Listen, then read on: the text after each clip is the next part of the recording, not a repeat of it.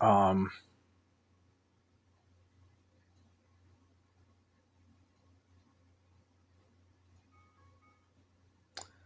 all right, there we go.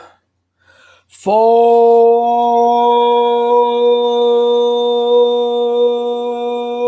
King!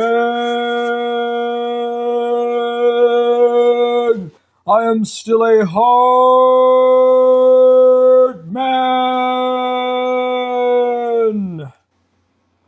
So I am Imperator of Forge. I'm going to be doing a stream called Roman Catholic Sun Worship. And so I want to show the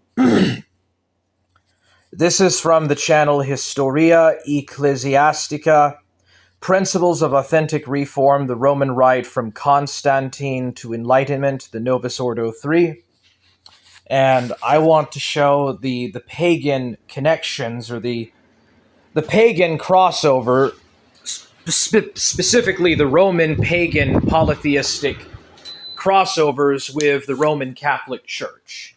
And in the case of the Eastern Orthodox, the Greek polytheistic crossovers, and specifically the sun worship, or the sun worship, etc., with Apollo. So Apollon sun worship. And so we clearly see that in the construction of the temples, or the cathedrals, or the basilicas of the 4th and the 5th centuries, that these are more and more resembling houses of sacrifice. And the establishment of ad orientem altars, whenever that did take place, was... All right, so this is in the early 4th century AD, when Christianity is legalized, at least Chalcedonian Christianity is legalized in the empire. This is the Western and Eastern Empire. The Roman Empire hadn't split yet. It does later, but it's still one empire from west to east. But anyways, you're going to see the advocation of sun worship coming into the Chalcedonian church. So I want to show this. A development which appreciated the sacrificial nature of the priesthood.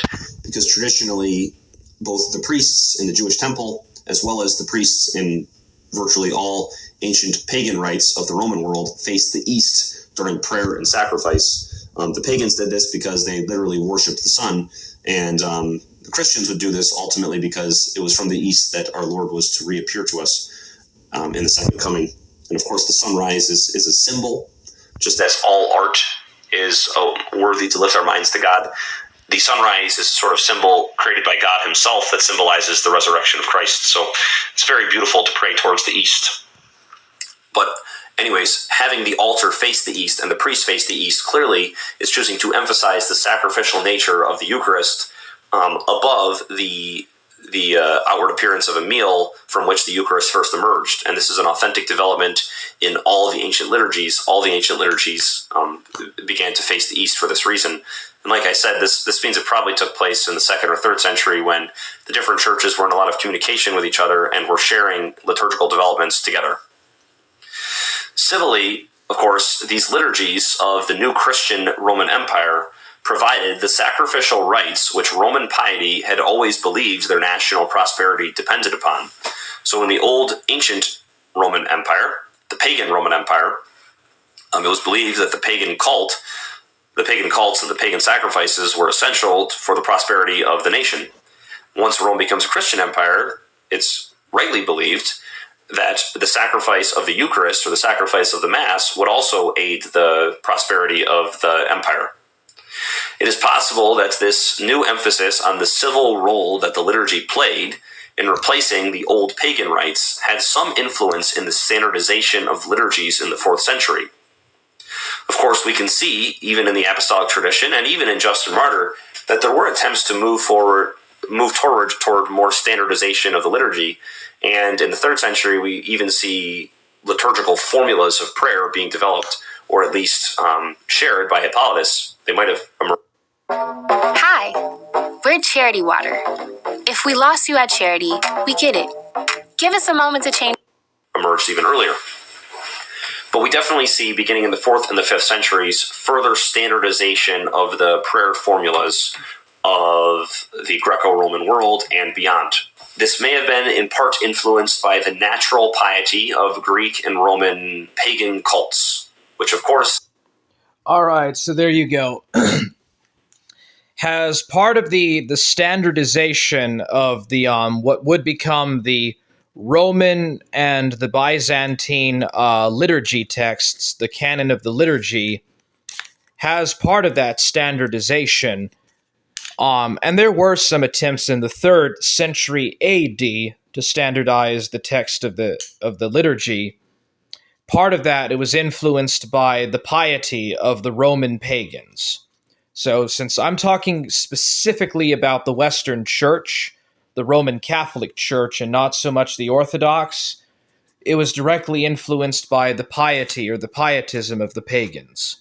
So, in other words, there was a pagan influence or a pagan infiltration on Roman Catholicism and Greek Orthodoxy. The object of worship was depraved in these cults, but the natural habits of piety or the natural tendencies or ways of expressing spiritual fervor are not necessarily bad.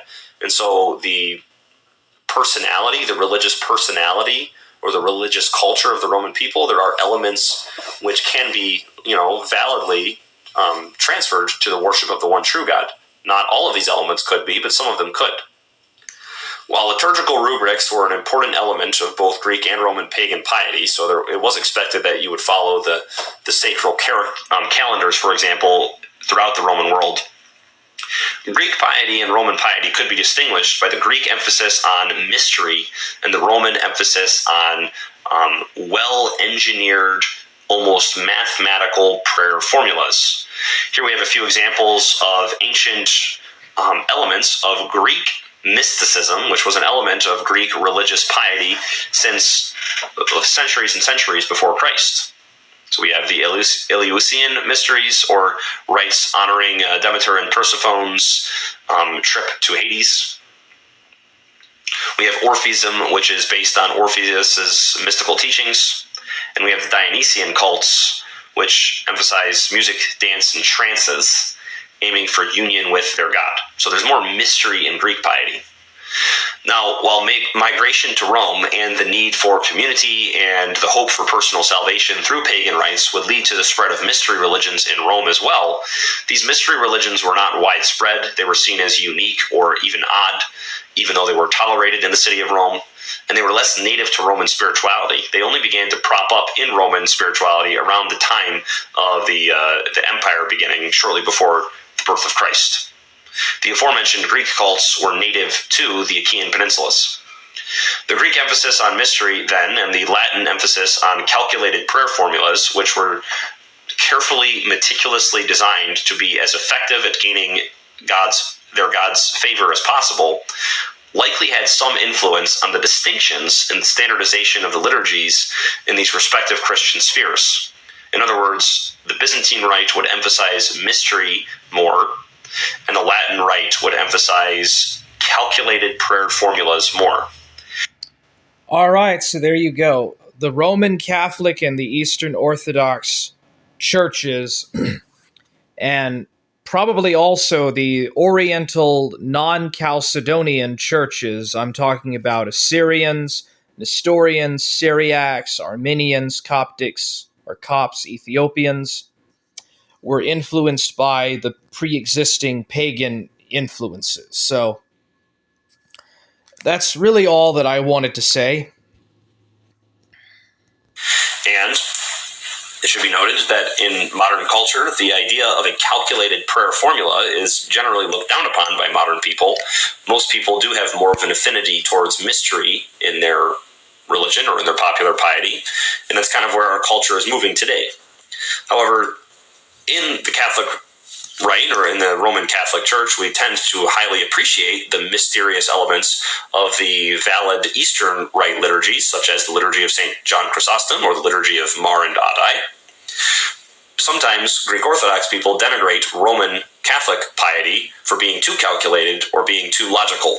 But God is, of course, truth. And so it is beautiful to try to submit our prayers as much as possible to logic, speaking with very careful and measured language, and not wasting a single word in our prayers, cutting to the point, making sure our prayers are efficient as possible in communicating our love and devotion to God is a very beautiful thing.